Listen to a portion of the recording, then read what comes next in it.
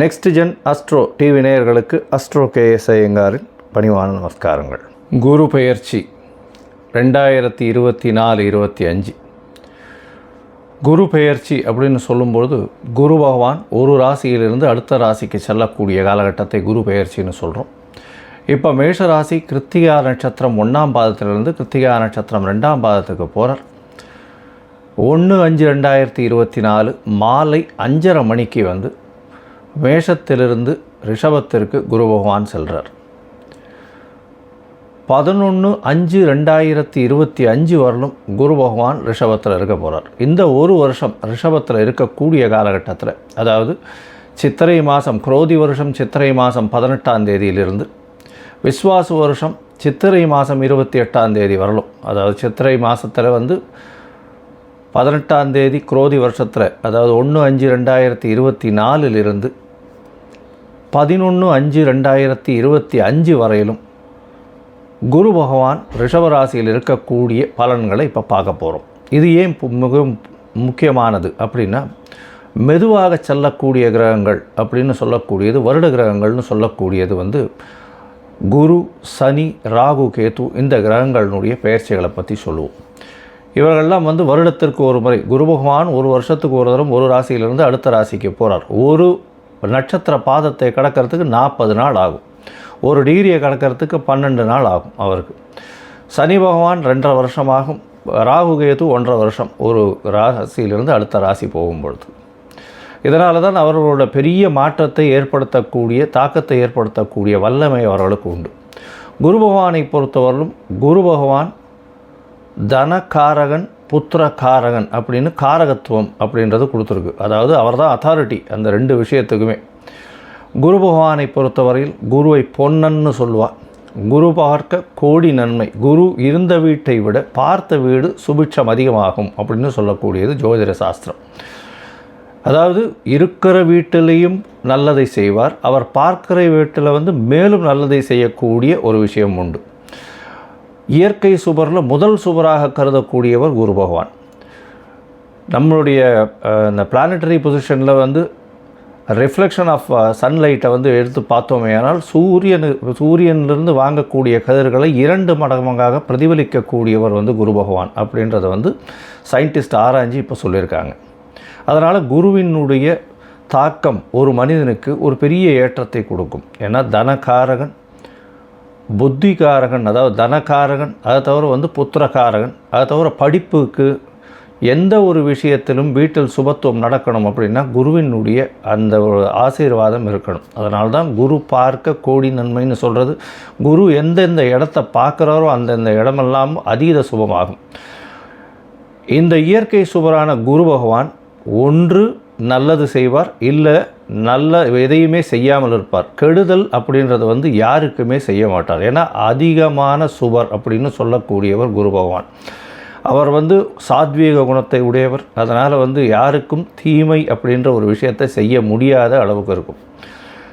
ஆனால் குரு பகவான் சரியில்லாத லக்னங்களாக இருந்தால் அவர்களுக்கு வந்து நல்லதை செய்யாமல் எதையும் செய்யாமல் இருப்பார். அதுதான் வந்து அவருடைய பிரச்சனையில் வரும். சரி, இப்போ குரு பகவான் ரிஷபராசிக்கு போகிறார். ரிஷபராசிக்கு போகிறதுனால என்ன அப்படின்னா, குரு பகவான் இருந்த வீட்டிலிருந்து அவருக்கு 7ஆம் பார்வை, எல்லா கிரகத்துக்கும் 7ஆம் பார்வை உண்டு. சமசப்தம பார்வைன்னு சொல்லக்கூடியது 180 டிகிரி. அதன் மூலியமாக அவர் விருச்சிக ராசியை பார்ப்பார். அதனால் விருச்சிக ராசி அதீதமாக சுபப்படுறது. இதனால் வந்து பார்த்தாலேயானால் குரு பகவான் பார்க்கறதுனால அதீத சுபத்துவம் அடைகிறதுனால உடல் நலத்தில் நல்ல ஏற்றம், எல்லாமே பொருள் நலத்தில் நல்ல ஏற்றம், பேச்சுகளில் நல்ல வல்லமை எல்லாமே வரக்கூடிய பாக்கியம் உண்டு. இதை தவிர வந்து பார்த்தோம்னா குரு பகவானுக்கு அதாவது ஒரு ஸ்பெஷல் அப்படின்னு சொல்லக்கூடியது 5-9 பார்வைகள் உண்டு அப்படின்றது ஜோதிட சாஸ்திரம். 5ஆம் இடத்தையும் பார்ப்பார், 9ஆம் இடத்தையும் பார்க்கக்கூடிய வல்லமை அவருக்கு உண்டு. அதன் மூலியமாக அவர் கன்னியா ராசியையும் பார்க்குறார், மகர ராசியையும் பார்க்குறார். இதன் மூலியமாக பார்த்தாலேயானால் கன்னியா ராசி, விருச்சிக ராசி, மகர ராசி, இந்த 3 ராசிகளுக்கும் மிகப்பெரிய ஏற்றத்தை கொடுக்கக்கூடிய காலகட்டமாக வரப்போகிறது. ஏன்னா குருவே பார்க்குறார் நேரடியாக. எந்த ஒரு பிரச்சனையாக இருந்தாலும் இந்த ஒரு வருஷத்தில் குரு பார்க்க கோடி நன்மைன்னு சொல்கிறதுனால உங்களுக்கு பிரச்சனைகள் அதாவது தலைக்கு தலப்பாக போகும்னு சொல்லுவார் இல்லையா, அந்த மாதிரியான எந்த பிரச்சனைகளையும் உங்களை அண்டாமல் பார்த்து கொள்ளக்கூடிய ஒரு விஷயமாக இருக்கும். இதை தவிர பார்த்தோம்னா குரு பகவான் குருபலம் வந்துடுத்தா அப்படின்னு சொல்லக்கூடியது அதாவது இந்த எல்லாருமே சொல்லக்கூடியது. அதாவது கல்யாணத்துக்குன்னு பார்த்தா குருபலன் வந்துடுத்தா அப்படின்னு சொல்லுவாள். குரு பகவான் பொதுவாகவே ராசியிலையும் 2ஆம் இடத்துலையும் 4ஆம் இடத்துலையும் 5ஆம் இடத்துலையும் இந்த மாதிரி சப்தமத்திலையும் 9ஆம் இடத்துலையும் இந்த மாதிரியான இடத்துங்களில் இருந்தால் அவர் சப்தமத்தை பார்த்தால் 7ஆம் இடத்தை பார்த்தால் கோச்சார பிரகாரம் ராசிக்கு சந்திர ராசிக்கு பார்க்கும் பொழுது திருமண பாக்கியம் ஏற்படும் அப்படின்றது ஜோதிட சாஸ்திரம் சொல்கிறது. அதாவது அந்த காலகட்டத்தில் உங்களுக்கு கோச்சார பிரகாரத்தில் திருமண பாக்கியம் ஏற்பட்டாலும் தசாபுக்தியும் அதற்கு சப்போர்ட் பண்ணணும். அந்த மாதிரியான விஷயங்கள் இருக்குமேயானால் திருமணம் கண்டிப்பாக ஆகக்கூடிய பாக்கியம் உண்டு. ரொம்ப நாளாக தட்டி போனவாளுக்கெல்லாம் இப்போ கல்யாணம் ஆகக்கூடிய பாக்கியம் குரு பார்க்கறதுனால கண்டிப்பாக குருபலன் வந்துடுத்து அப்படின்னு சொல்லக்கூடியது. சரி, ஒருவேளை இந்த குரு பகவான் சிலருக்கு சரியாக இல்லை, அதாவது மறைந்திருக்கிறார், அதனால் அவர்களுடைய கதிர்கள் சரியாக வரலை அப்படின்னும் பொழுது என்ன பண்ணலாம் அப்படின்னா, குரு பகவானுக்கு உண்டான காயத்ரி அதாவது ஒரு நாளைக்கு 3 தரமாவது சொல்லணும். அது என்ன அப்படின்னா, ஓம் விருஷபத்வஜாய வித்மஹே கிருணீஹஸ்தாய தீமஹி தன்னோ குரு பிரச்சோதயாத்து அப்படின்றத ஒரு நாளைக்கு 3 தரம் சொல்லிட்டு வர்றதன் மூலியமாகவும், இல்லைன்னா ஓம் குருதேவாய வித்மஹே பிரம்மானந்தாய தீமகி தன்னோ குரு பிரச்சோதயாத் அப்படின்றத ஒரு நாளைக்கு 3 தரம் சொல்லிட்டு வர்றதன் மூலியமாக குரு பகவானுக்கு உண்டான காயத்ரியை சொல்கிறதுனால குரு வலுப்படக்கூடிய வாய்ப்புகள் மிகவும் அதிகம்.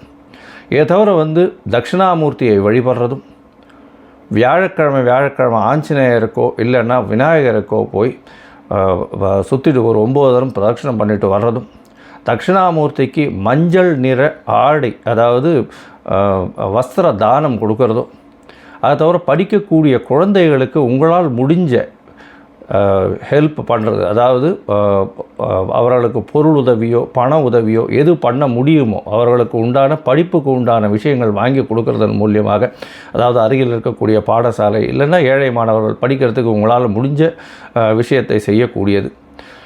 இதை தவிர ஆலங்குளம் போயிட்டு வர்றது, குரு பகவானுடைய க்ஷேத்திரம்னு சொல்லக்கூடியது ஆலங்குளம் போயிட்டு வர்றதும், நீங்கள் சார்ந்த மடாதிபதிகளை போய் சேவிச்சுட்டு வர்றதும் அது ஒரு பெரிய ஏற்றத்தை கொடுக்கும்.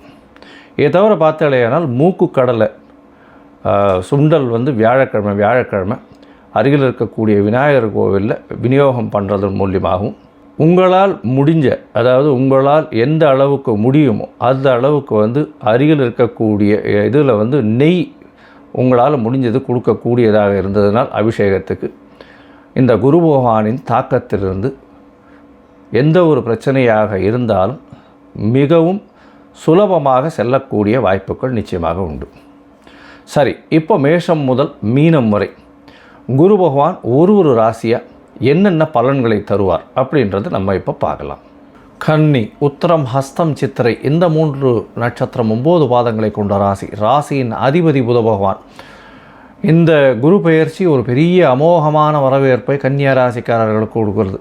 குரு பெயர்ச்சி பார்த்தேலையானால் 9ஆம் இடத்துல குரு பகவான் வரார். அதாவது வழக்கு மொழி என்ன அப்படின்னா, ஓடிப்போனவனுக்கு 9ல் குரு, அகப்பட்டவனுக்கு அஷ்டமத்தில் சனின்னு சொல்லக்கூடியது. 9ஆம் இடத்தில் குரு பகவான் இருந்தால் அவர்களுக்கு எந்த ஒரு விஷயமாக இருந்தாலும் வெற்றி கிடைக்கக்கூடிய காலகட்டமாக அமையப்போகிறது. கன்னியா ராசிக்காரர்களுக்கு 9ஆம் இடத்துல குரு பகவான் போகிறார், பெரிய ஏற்றத்தை கொடுக்க போகிறார். அவருக்கு 6ஆம் இடத்துல சனி பகவான், எல்லாமே அப்படியே அமைஞ்ச மாதிரி இருக்குது.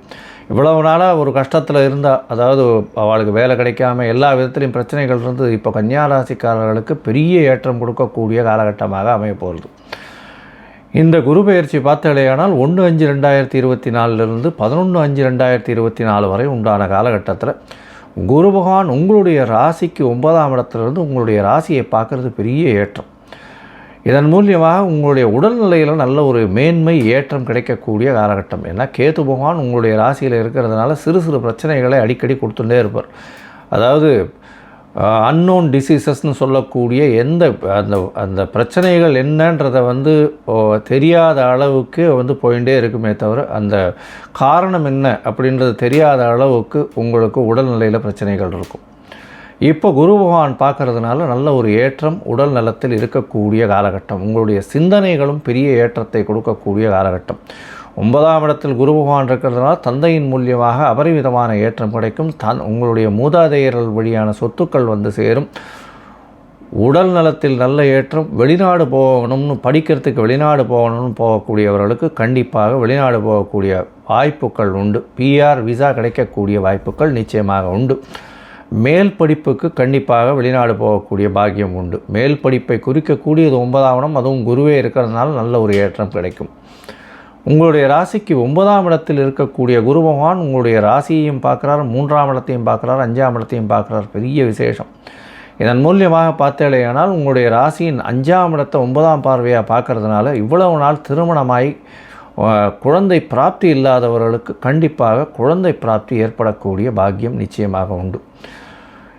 குழந்தை பிராப்தி அப்படின்னு சொல்லக்கூடியது ஏன்னா குழந்தை, அதாவது இவ்வளவு நாள் குழந்தை இல்லாமல் திருமணமாகி இருக்கிறவர்களுக்கு அவளுக்கு அந்த சோஷியல் ஸ்டிக்மா அப்படின்னு சொல்லக்கூடியது இருக்கும். இதன் இப்பொழுது வந்து அந்த குழந்தை பிராப்தி ஏற்பட்டவுடன் நிச்சயமாக ஒரு நல்ல ஒரு பெருமூச்சு விடக்கூடிய வாய்ப்புகள் உண்டு. 9ஆம் பார்வையாக 5ஆம் இடத்தை பார்க்குறார். புத்திர காரகனே புத்திர ஸ்தானத்தை பார்க்குறது பெரிய ஏற்றம். அதுவும் புத்திரஸ்தான அதிபதி வந்து 6ஆம் இடத்துல போய் இருக்கிறதுனால சிறு சிறு மருத்துவ செலவுகள் மூலியமாக பார்க்கக்கூடிய வாய்ப்புகள் உண்டு. உங்களுடைய ராசிக்கு 3ஆம் இடத்தை குரு பகவான் பார்க்குறார். 3ஆம் இடத்தை பார்க்கறதுனால உங்களுடைய முயற்சிகள் அனைத்தும் வெற்றியாகும். நீங்கள் சொல்லக்கூடிய கருத்தை எல்லாரும் ஏற்றுக்கொள்ளக்கூடிய வாய்ப்புகள் நிச்சயமாக உண்டு. அதுவும் வந்து ஐடியில் இருக்கிறவா, அதாவது இன்ஃபர்மேஷன் டெக்னாலஜி, இதை கம்ப்யூட்டர் சாஃப்ட்வேரில் இருக்கிறவா, ஹார்ட்வேரில் இருக்கிறவா, கலைத்துறையில் இருக்கிறவா, அதை தவிர ஆர்ட் டைரக்டர்ஸ், இவாளுக்கெல்லாம் பெரிய ஏற்றம் கிடைக்கக்கூடிய காலகட்டமாக இருக்குது. கவிஞர்கள், எழுத்தாசிரியர்கள், அவளுக்கெல்லாம் புது ஆப்பர்ச்சுனிட்டி கிடைக்கக்கூடிய காலகட்டமாக இருக்குது. அதுவும் எழுத்து பணியில் இருக்கிறவாளுக்கு பெரிய ஏற்றம் கிடைக்கும். அதை தவிர இந்த டாக்குமெண்டேஷன் சொல்லக்கூடியது, லைப்ரரி மெயின்டைன் பண்ணுறவா, இவாளுக்கெல்லாம் பெரிய பெயர் புகழ் அந்தஸ்து கௌரவம் வரக்கூடிய வாய்ப்புகள் உண்டு. இளைய சகோதரம் மூலியமாக நல்ல ஒரு ஏற்றமான காலமாக புதிய விஷயங்கள் கிடைக்கக்கூடிய காலகட்டமாக இருக்கும். உங்களுக்கு புதிய பதவி புகழ் அந்தஸ்து கௌரவம்லாம் வரும். ஏன்னா 5ஆம் இடத்தை குரு பகவான் பார்க்குறது பெரிய விசேஷம்.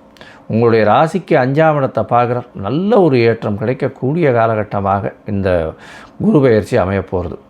உங்களுடைய ராசியை பார்க்கறதுனால உங்களுடைய தீர்க்க சிந்தனை வெளிப்படும். அதன் மூலியமாக நல்ல பாராட்டு பெறக்கூடிய வாய்ப்புகள் உண்டு. உங்களுக்கு வந்து ஒரு ஹானரரி பொசிஷனாவது வரக்கூடிய வாய்ப்புகள் உண்டு.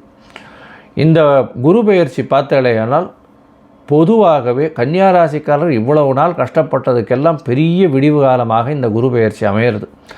இதன் மூலியமாக உங்கள் பண வருமானத்திற்கு கம்மி இருக்காது. வெளியூர், வெளிமாநிலம், வெளிநாடு செல்லக்கூடிய பாக்கியம் உண்டு. ஒரு டீமை லீட் பண்ணுறது, அட்மினிஸ்ட்ரேட்டிவ் இன்சார்ஜ், இவாளுக்கெல்லாம் பெரிய ஏற்றம் கிடைக்கும். திடீர் பண வரவு வரும். முயற்சிகள் அனைத்தும் வெற்றி பெறும். வெளிநாடு போகக்கூடிய பாக்கியம் உண்டு. அதை தவிர குழந்தை பிராப்தி கண்டிப்பாக ஏற்படும். மொத்தத்தில் இந்த குரு பெயர்ச்சி கன்னியா ராசிக்காரர்களுக்கு ஒரு பெரிய பொன்னான ஒரு மாற்றத்தை அவர்களுடைய வாழ்க்கையில் நிகழ்த்த போகிறது.